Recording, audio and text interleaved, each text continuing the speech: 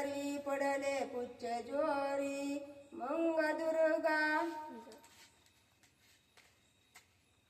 पडोली निच्छाचरी कष्ट तरी मंग बाहेर असणारा राजा रावणला काढा, जीव वाचवा, नाहीतर आपला राजा मेला.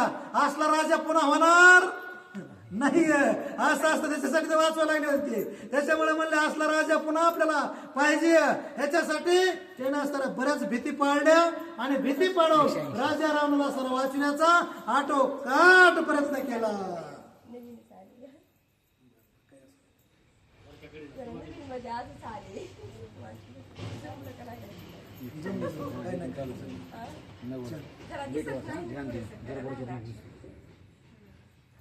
रामचंद्र भगवान की जय.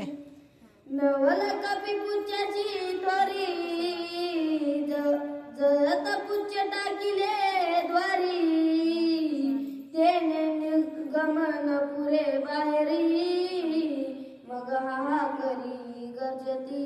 त्यावेळेस असताना कारण बरेच लोक एका जागेवर जमले. जिथं भीत फोडू लागून रावणाला बाहेर काढत होते का, तिथं असताना हनुमंतानं शेपूट आपलं नेऊन टाकलं. त्यांना भाजल्याबरोबर पुन्हा असणार म्हणले हनुमंताचं एक नवलच आहे शेपटाचं. जिथं आपण कार्य करायला जावा तिथं शेपूट येत आहे, आपल्याला असणारा पुढ येत आहे. आपण करावं काय असं विचार करू लागला राक्षस. मग ते काही निशाचर धन्यवाद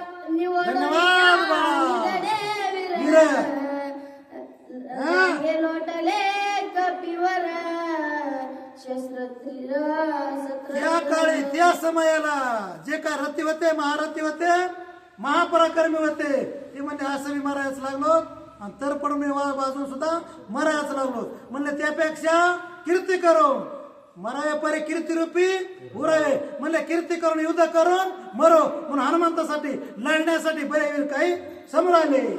ओढन खांडे शुद्ध त्रिशूळ परसुपदिश गदा मुद्र बाणी गोंधले नभमुक्त ऐसार नकलो जे वीर होते, जे सूर होते, जे पराक्रमी असणारे राक्षस होते, त्यानं कुणा असणारा आपल्या छातीला ढाल लावल्या, हातात तलवारी घेतल्या आणि असणारा कुणी भाला घेतला, कुणी असणारा ज्याचं शास्त्र जे लढायचंय ते मुक्ताला सहित गदे सहित घेतले. हनुमंताच्या पुढे आले. ते म्हणलं या पुढं. रावणाचे हस्ती पुढा होता निर्वाणीचा झगडा तव हनुमान होनी गाडा रणी वेगळा उठिला. राजा रावणाच्या डोळ्या पुढं या वीरांचा, सुरांचा आणि हनुमंताच्या शेपटाचा एक प्रकारचा झगडा चालला, भांडण चाललं, युद्धाला सुरुवात झाली. राजा राम नुसतं बघायचं रूप घेतलं. तुम लढो हम कपडे, ती नव्हते उरले कपडे, ते सुद्धा उरले नव्हते. हनुमंताने तेच जिंकले होते. म्हणून कपिने बहुत लाविली ख्याती दर्या जयाची करू शांती गर्जनिया रणविश्वाती क्षेत्र संपाती मारणे. त्यावेळेस असताना वानराने एवढी ख्याती केली होती म्हणजे मारुतीरायानं असा पराक्रम केला होता. जे समोर येईल तो बाजूला असताना ठार केला होता, नाही तर पळून लावला होता. अशा प्रकारचं शेपटानं कार्य केलं होतं. कपीस मारवया रोकडे कवची कडवी विर गाडे सर कोणी तर कोणी चढकडे गाव देह कडे हात. हनुमंताला मारण्यासाठी असणारा काही वीर चरकून थरकून आपला जीव वाचवून समोर असणारा हातामध्ये तलवार घेऊन असणारा ढाल छत्तीसी आणि असणारा वीर सूर असणारा पुढे घेऊन सरकत होता. आणि हनुमंताला मारण्याचा आटोकाट प्रयत्न जे सुरू होते ते करीत होते, कारण असे बी मारायला लागले होते. म्हणून एक कपी पुच्चे अंगात लगू लागत वे चुकवित समुख वाजून आगात रणकंदनार्थ मांडला. हनुमंताला त्या तलवार घेऊन मारायला जावा त्यावेळेस असणारा शेपूट पुढं येत होतं आणि असताना सत्कार म्हणजे भाजीत होतं, पुळीत होतं. त्यावेळी शेपूट चौक कारण काही ते बी चपळ होते. चुकून हनुमंताला तलवार आणण्यासाठी जात होता, हे वज्रदेव होतं. मग हनुमान विचारी पोटात वीर कवले अत्यद्भुत याचा तरी पाहू पुरुषार्थ. हकीकत सांगून त्यावेळेस हनुमंताच्या पोटामध्ये एक विचाराला म्हणजे मनात असणारा एक असणारा वाङ्मय ठरला की आपण ही ईर्त आता भरपूर खवळेत, सगळेच असणारे जमा झालेत, आपण जर उद्या खेळत बसले तर अर्धे येतील अर्धे माग राहतील. ते म्हणले जरा पुढे येऊ द्या, जरा आपल्या टप्प्यात आले आपण यांचा सत्कार पेटलेल्या शब्दाला करू. याच्या शस्त्राच्या समेई माझी न तुटे रमावई शस्त्रे आणि दामाबाई गायातही राहिला. आणि त्यावेळेस सहस्रास्त्राचे वीर होते, जे सूर होते, जे महापराक्रमी राक्षस होते, ते हनुमंताच्या दिशेने असताना सोडू लागले, फेकू लागले, टाकू लागले. हनुमंताला प्रतिकार काय केला नाही, शांत बसला. कारण म्हणलं मी साधूया, आता तुम्ही तुमचं कार्य साधा, मी माझं. हनुमान आला गायातही मग वीर दिदली आवळी म्हणती अवघे बैरे बाई जे कपी भूतली पांडीला. हनुमंत असणारा सगळ्याने मिळून असणं बाणानं शास्त्रांना अस्त्रांना झाकून टाकला. आणि झाकून टाकल्यावर मृग बसला होता, झाकून नव्हता म्हणजे त्यांना काही प्रतिकार केला नव्हता. त्यावेळेस असणारे राक्षस म्हणले आम्ही इरबळी इरगाड्यात म्हणले, आम्ही श्रेष्ठ राक्षस आहेत, महापराक्रमी आहेत, आम्ही असणारा बरे मोठेपणा राजा रामला सांगू लागला. हे म्हणला मनातली मनात हनुमान म्हणले जरा थांबा.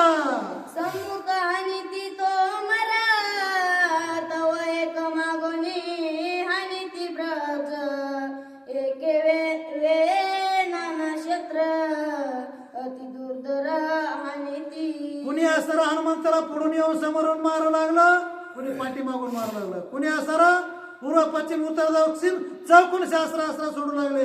हनुमंत सगळ्याचे शास्त्र अस्त्र सहन करू लागले. वीर वर्ष तिशर जाई तव हनुमान पडला गायात तळी. मारुती मारिला तुरबई पिटिली टाळी. टाकली. राक्षस लोकांना असणारा हनुमंत गप बसला म्हणून म्हणू लागले ही सर्व असणारा हनुमंत आम्ही सगळ्यांना मिळून मारला, आता टाळी दे म्हणून टाळ्या वाजून असताना सत्कार एकामेकाचा त्यांची तेच असणार करू लागले. जवळ शेपुटा नाही तवर राहिले उड्डाण किरण निशेच याचा गेला प्राण आमची गाडी अंगवन बेरी निशाने त्राटली. एका जागेवर असणारा वानर बसला आम्ही मारलं, गाडी अंगोला म्हणलं आमची पुरुषार्थी राहत आम्ही, मीच असणारा पट्टे आहे, मलाच असणारा सगळं जमतंय असं असणारा कोण म्हणू लागले जे राक्षस होते ते. चला वानरे थोर केली ख्याती परी आम्ही वीर वज्र जाती जे राणा अनिला मारुती अतिवित पती रान मारे. मारुतीनं असणारा अशी ख्याती केली, महापराक्रम केला, सगळ्याला असणारा शेपूट बऱ्याच जणांना उळीलं. पण आम्ही तरी काय सर्वसामान्य आहेत का? वीर आहेत, सुर आहेत, राक्षस आहेत, महापराक्रम आमच्याकडं. मारुती मारला, वानर जिरला, शेपूट जिरलं, असं बरंच असताना काय ओरडू लागलं. हनुमंताला सगळं ऐकू यावं लागलं. म्हणजे आता बरंच झालं कडे, बरेच वेळे बरंच बोलायला लागले. पण ऐसे अतिवाडी वागर जती वीर आणि हरिखे वाटी साखर आता विजवारेल कापूर राणी वानर पाडीला. आता म्हणले हे शेपुटी इजला, वानर मेला, आता साखर वाटायला पेढा वाटायला काही अडचण नाही.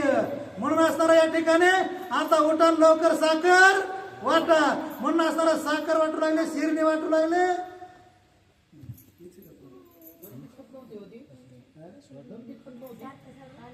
दम असतो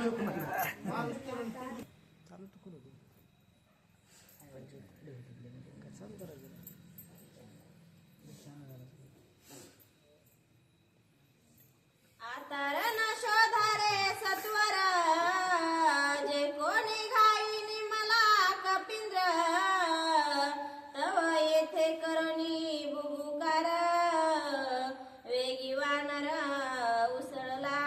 प्रभू रामचंद्र भगवान की जय. असं असणार त्या ठिकाणी सर्व राक्षस जे आहेत ते अत्यंत आनंदित झाले की आता आपण जे आपल्याला त्रास देणारा वानर होता त्याचा नैनाट आपण केलेला आहे. म्हणून असणारा सगळे आनंदोत्सव ज्यावेळेस साजरा करू लागले तितक्यातच असणार हनुमंतरायाने आपला विचार केला आणि मोठ्याने भूकार करून पुन्हा असणावर त्यांच्यावर धावून गेलेले आहे. ऐकता कपीचे गर्जना धाकिन्नला दशानन राक्षसांचे पळले प्राण जे अचूक मरण ओढवले. आणि सगळ्यांना आनंद वाटत होता तितक्यात हनुमंतराय असणारा प्रकट झाल्याबरोबर रावण सुद्धा असणारा दचकलेला आहे. आणि सगळ्या शूरवीर असणाऱ्या राक्षसाने विचार केला अरे बापरे म्हणले आताच आपण याला मारले आणि आता हा जर असणारा इतक्या जर आपण मारून सुद्धा हा जर सावध होत असेल तर निश्चित असणारा आपला जीव घेतल्याशिवाय राहत नाही असा विचार करून सर्वजण असणारा दुःखी खेदी होऊ लागले. लंका पडली दहनावती पळावया वाट नाही रीती आणि पुढे खवळला मारुती देणे मरण प्राप्ती राक्षसा. आणि इकडे आड तिकडे विहीर अशा प्रकारची परिस्थिती सर्व राक्षसांची झालेली आहे. कुठं असला आपला जीव घेऊन असणारा पळून जावा आपला जीव वाचवा म्हणून जर इकडे तिकडे पाहिलं तर सर्व असणार 4 बोट सुद्धा असणारा जागा हनुमंतरायाने कोणती ठेवली नव्हती. सगळी लंका पेटवली होती आणि आपल्या समोर जर असणाऱ्या राक्षसांनी पाहिलं तर हनुमंतराय होते. म्हणजे जिकडे जावं तिकडे आपला निश्चित असणारा प्राण जाईल अशा प्रकारची स्थिती सर्व राक्षसांची हनुमंतरायाने केलेली आहे. तव सभा मंडपीचा थोर स्तंभ उपटणी अष्टाधार आणि कवळोनी निशाचर गाये चक्क चूर करीतसे. आणि तितक्या वेळामध्ये हनुमंतरायाने बघितलं की हे वानर जे असणारे राक्षस आहेत ते इकडे असणारे चलबिचल करून पळापळ करू लागले आहेत. तितक्यात असणार अत्यंत आवेशाने हनुमंतरायाने त्या जे काही छत होतं त्या छताला लावलेला खांब होता त्या खांबालाच असणार उपटून असणार जेवढे राक्षस इकडे तिकडे पळू लागले होते त्यांचा असणारा मारा हनुमंतरायाने केलेला आहे. पुच्छे कळवणी निशाचर सगट अवघे करणी कावट मग खांब हानोनी उद्रष्ट केले पीठ अवघ्यांचे. आणि हनुमंतराय तो खांब या राक्षसावर मारू लागले परंतु राक्षस खांब चुकून इकडे तिकडे पळू लागले. तितक्याच शेपटाने काय केलं की सगळ्या असणाऱ्या राक्षसांना आपल्या शेपटीत गुंडाळलं आणि हनुमंतरायासमोर नेऊन ठेवलं. मग हनुमंतरायाने एका घावातच सगळे जेवढे राक्षस होते एवढ्यांचा घात त्या ठिकाणी केलेला आहे. हात पायना मनगट नाड्या अस्ति श्रीकंठ आणि पोठा पाटीचे करणी पीठ केली एकवट अवघ्यांची. आता हनुमंतराय असणारा अत्यंत बलभीम अशा प्रकारची त्यांच्यात ताकद होती आणि इतक्या हनुमंतरायाने आवेशाने जर त्या राक्षसावर खांब आणला त्यावेळेस त्यांचा हात नाही कोणताही शरीराचा अवयव त्या ठिकाणी शिल्लक राहिला नाही. सर्वच्या सर्व अवयव असणार जसं काय रांगोळी व्हावी तशा प्रकारचं झालेलं आहे. ऊर्ध्व गती अंधो गती पुढती नव्हे मरणा प्राप्ती ऐशे राक्षसा मारणी मारती गुणानती तेने. परंतु हनुमंतराय हे असणारे भगवान शंकर राज्य असणारं त्यांचं स्वरूप आहे. त्याच्यामुळे हनुमंतरायाच्या हातातून असणारा त्यांचा प्राण गेल्यामुळं त्यांना असणारं ऊर्ध्वगती म्हणजे ते वैकुंठाला स्वर्गालाही जाणार नाहीत आणि ते नरकालाही जाणार नाहीत. ते असणारं नित्य मुक्त अशा प्रकारचे म्हणजे भगवंत स्वरूपच त्यांना करून टाकलेलं आहे. पुन्हा जन्मायचं नाही आणि पुन्हा मरायचं नाही अशा प्रकारचे गुणातीत करण्याचं कार्य हनुमंतराय त्या रणभूमीवर राक्षसांचं करू लागले. इंद्रिय अवघी त्रिगुणावृत्ती इंद्रिय देवता नाना रूपी ज्योती जीवे मारणिया मारुती गुणातीती ते नेले. आणि हे शरीरामध्ये असणाऱ्या सगळ्या गोष्टी जगत असताना भोगीत असताना त्रिगुणाने असणाऱ्या या सर्व शरीराची हालचाल होत असते, आगती निगती होत असते. मग तेच त्रिगुण असणार त्या ठिकाणी नाहीसे गेले. प्रत्येक शरीराच्या अवयवावर प्रत्येक असणारे जे काही 33 कोटी देव आहेत त्यांचं प्रभुत्व असतं आणि त्यांच्या प्रभुत्वावर सगळे देव असणार आपल्यावर प्रसन्न असले तर ते असणारं सर्व शरीर आपलं सुदृढ अशा प्रकारचं असतं. मग त्याच असणारा देवाचीही गरज राहणार नाही आणि त्रिगुणाचीही गरज राहणार नाही. या सगळ्याचा असणारा निपात करून असणार त्या ठिकाणी जन्म मृत्यूच्या पलीकडचं असणार दान किंवा प्रदान करण्याचं कार्य हनुमंतरायाने केलेलं आहे. श्रीराम भक्ताचे निज हस्ती जे जे निमती मारका युक्ती ते ते पावती गुणातीती भक्ताची ख्याती पैसी.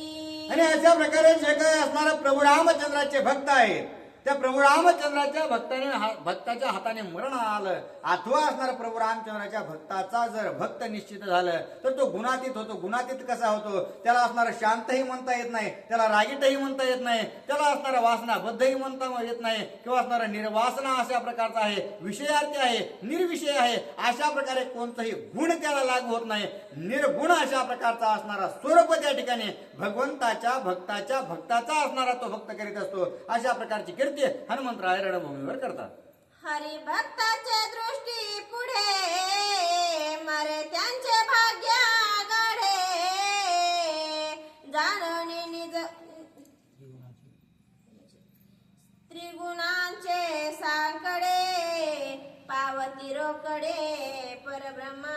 आणि जे हरिभक्त आहे जे प्रभू रामचंद्राचे असणारा नित्य प्राप्त किंवा नित्य असणारा आप्त अशा प्रकारचे जे भक्त आहेत त्यांच्या दृष्टी पुढे जर असणारा आपला जीव गेला तर निश्चित असणार या जीवनामध्ये येण्यासाठी त्रिगुणाची गरज असते. चांगलं म्हणायचं असलं तर सत्वगुणाची असते किंवा असणारा मध्यम वर्ग असेल तर रजाची असणारी गरज असते आणि अत्यंत असणारं रागिष्ट कुपिष्ट विषयार्थी जर असेल तर तमाची गरज असते. मग याच्याही परता असणार त्या ठिकाणी जर करायचं असेल तर हरिभक्ताची दृष्टी आपल्यावर असणं अत्यंत आवश्यक आहे आणि तेच हरिभक्त असणारे प्रभू रामचंद्राचे अत्यंत प्रिय हनुमंतराय असणाऱ्या या सर्व राक्षसांना मुक्ती प्रदान करू लागलेले. असोय शरण युगपती सैन्य मारिले मारुती तव सन्मुख झाला लंकापती मरण वृत्ती धाकत. आणि अशा प्रकारे हनुमंतरायाने त्या राक्षसांना मारलं. आता त्यांना असं जर मारलं असेल तर त्यांना मारलं असं म्हणता येत नाही, उलट त्यांना असणार सुख दुःखाच्या परत समाधान असणार हनुमंतरायाने दिलेलं आहे. आणि हे असणार देह स्वरूपामध्ये सर्वाचा रेला चेंदा होऊ लागलेला आहे. दुःख यातना असणारा रावण आपल्या डोळ्याने त्या हनुमंतरायाने दिलेला पाहू लागलेला आहे. त्यावेळेस आपल्या देहाच्या प्रीतीपोटी असणार त्याला मरणाचं भय त्या ठिकाणी वाटू लागलेलं आहे. रावण दाखत निज चिते जे सैन्य मारिले हनुमंते आता आल्या मजा भोवते कोण कपिते निवारी. रावणाने विचार केला हनुमंतराय असणारा अत्यंत आवेशामध्ये या सर्व राक्षसांना मारू लागले आहेत. आता राक्षस उरलेत की नाही माझ्या दृष्टीसमोर तरी असणार अत्यंत तुरळी दिसू लागले आहेत आणि हे संपताच क्षणी असणार निश्चित हा हनुमंतराय असणारा हा वानर माझा घात घेतल्याशिवाय राहणार नाही अशी चिंता रावणाला मोठी लागलेली आहे.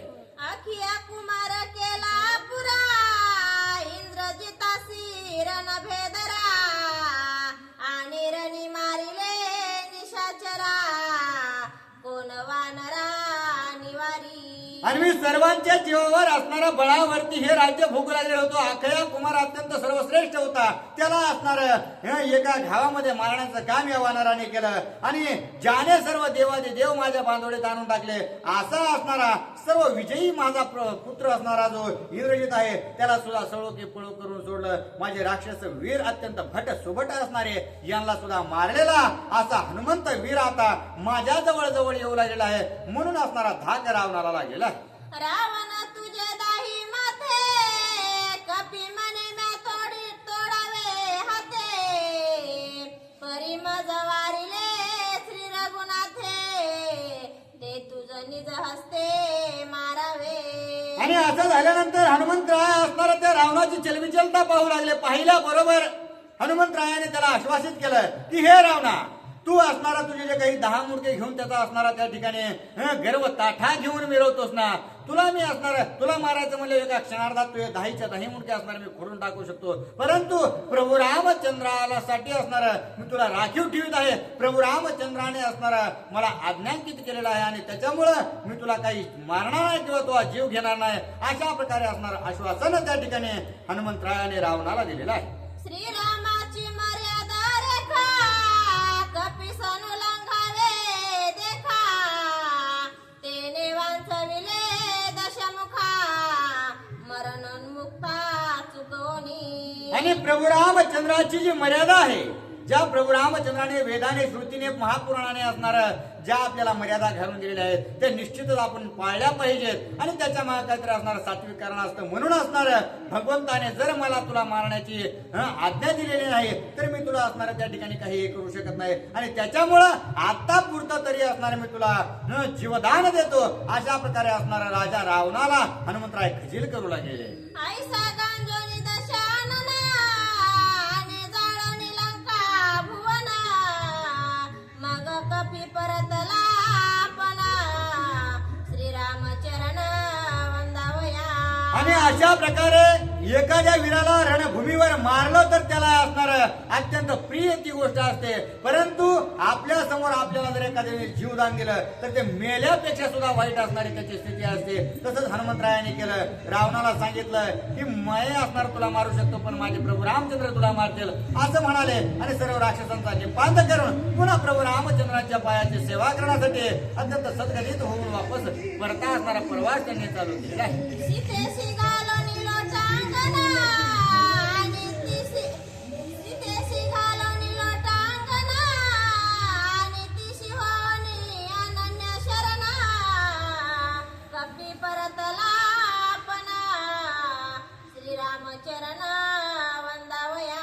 आणि अशा प्रकारे सर्व लंकेमधील कार्य आपलं ओळखलेलं आहे. आणि पुन्हा माता सीतेची एकदा आपण भेट घ्यावी म्हणून माता सीतेचं असणारं दर्शन घेण्यासाठी हनुमंतराय गेले. अत्यंत प्रीतीपूर्वक माता सीतेची भेट घेतली आणि पुन्हा प्रभू रामचंद्राच्या चरणाचं आपण असणारं दर्शन घ्यावं, वंदन करावं म्हणून अत्यंत प्रीतीपूर्वक अत्यंत वेगाने हनुमंतराय वापस येऊ लागले. मस्तका मणी घेऊनी खुना आणि खुना पुसणी मुख वचने, कपी परतला पणा श्रीरामचरण वंदवया. आणि असं असणारं माता सीतेकडून प्रभू रामचंद्रांना मी माता सीतेला भेटलेला आहे. ही खून म्हणून असणारा त्यांच्या मस्तकातला मणी असणारा जो आहे तो माता सीतेने त्यांना दिला. आणि या मण्यामागची जी काही सर्वकता आहे ती सुद्धा माता सीतेने हनुमंतरायाला सांगितले. आणि या सर्व गोष्टीचा उपचार घेऊन हनुमंतराय आता परतीच्या प्रवासाला तयार झालेले. मुखी श्रीराम नामावरती आणि हृदय श्रीरामाची मूर्ती, देह विकला श्रीराम कृती अनन्य भक्ती हनुमंते. आता हनुमंतराय असणारा अखंड सर्वांगाने प्रभू रामचंद्राची भक्ती म्हणजे जी काही नवविधा भक्ती जर पाहिजे असेल तर हनुमंतरायाकडे पाहिलं की ती सर्व नवविधा भक्ती असणार त्यांच्याकडे दिसून येते. त्यांनी चरणाची ही सेवा केली, नामस्मरणही केलं, नाम घोष केला. नामस्मरण असणारं स्मरण म्हणजे प्रभू रामचंद्राची मूर्त असणारा अखंड हृदयामध्ये आहे. आणि अनन्य म्हणजे प्रभू रामचंद्राच्या व्यतिरिक्त या जगातील कुणाचीही भक्ती असणारे न करणं, अनन्य एक प्रीतीने असणारा प्रभू रामचंद्राची भक्ती त्यांनी केलेली आहे. आणि अशा प्रकारचे प्रभू रामचंद्राविषयीची प्रीती मनामध्ये राखून प्रभू रामचंद्राचं कार्य पूर्णत्वास येऊ लागले. श्रीराम देखे सत्त्व सर्वार्थी, श्रीराम देखे सर्व भूती, देह विकला श्रीराम कार्यार्थी अनन्य भक्ती हनुमंते. आणि जशा प्रकारे असणारे एखाद्याला कावीळ झाला, कावीळ झाल्यानंतर त्याला आपल्या दृष्टीतून सर्व जग पिवळं दिसू लागतं, तशा प्रकारे असणार भगवंत असणार प्रभू रामचंद्राच्या नामाचा असणार त्या ठिकाणी सर्वांगाने अंगीकृत केल्यामुळं ज्याही सृष्टीकडे असणार जड जीवाकडे पाहिल त्या सृष्टीमध्ये असणार अखंड प्रभू रामचंद्र असणारा रथ असलेला दिसतो. आणि अशा प्रकारची भक्ती, अशा प्रकारची प्रीती प्रभू रामचंद्राची असल्या कारणानं अनन्य प्रीतीनं ते प्रभू रामचंद्राच्या सेवेमध्ये रथ आहे. श्रीराम देखे गतीची गती, श्रीराम देखे नयना स्वार्थी, श्रीराम देखे सर्व भूती भक्त परमार्थी हनुमंत. आणि हनुमंतराय हे असणारे जे कार्य करू लागले आहेत त्यांचा जो काही वेग आहे सगळ्या गोष्टीचा त्या वेगालाही वेग देणारे प्रभू रामचंद्र आहेत. त्यांच्या दृष्टीतून असणारा सर्व भूती त्यांना जर राम दिसत असेल तर तो राम दाखविणारे सुद्धा असणारा प्रभू रामचंद्र आहेत. आणि अशा प्रकारे अर्थाची नाही तर परमार्थाची प्राप्ती घडवून घेणारे अनन्य प्रीतीने भगवंताचं नामस्मरण करणारे आणि नामघोष करणारे हनुमंतराय आहेत. आणि त्याच्यामुळं त्याच नामाच्या बळावर ते हनुमंतराय एवढं मोठं कार्य करू लागलेले आहे. श्रीराम रूप इंद्रिया स्थिती, श्रीराम रूप नानावृत्ती, श्रीराम रूप स्वप्न सुप्राप्ती, भक्त परमार्थी हनुमंत. आणि आता प्रभू रामचंद्राचं जे रूप आहे ते जे काही असणारे कर्म करू लागले आहेत त्या कर्मामध्ये सुद्धा असणारा प्रभू रामचंद्र बघतात. जे धर्म आहे त्या धर्मामध्ये सुद्धा असणारा प्रभू रामचंद्र बघतात. जी गती आहे, जी असणारं कार्य आहे, जी दृष्टी आहे, जी असणारा स्पर्श आहे, रूपरसगंध या सर्व गोष्टीमध्ये असणारा अखंड प्रभू रामचंद्र असणारा ते पाहतात आणि त्याच्यामुळे असणारा अनन्य प्रीतीने सर्व गोष्टी करू लागले आहे.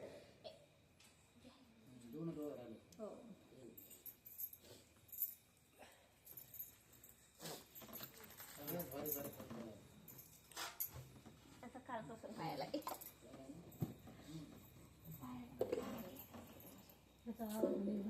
हं? हो.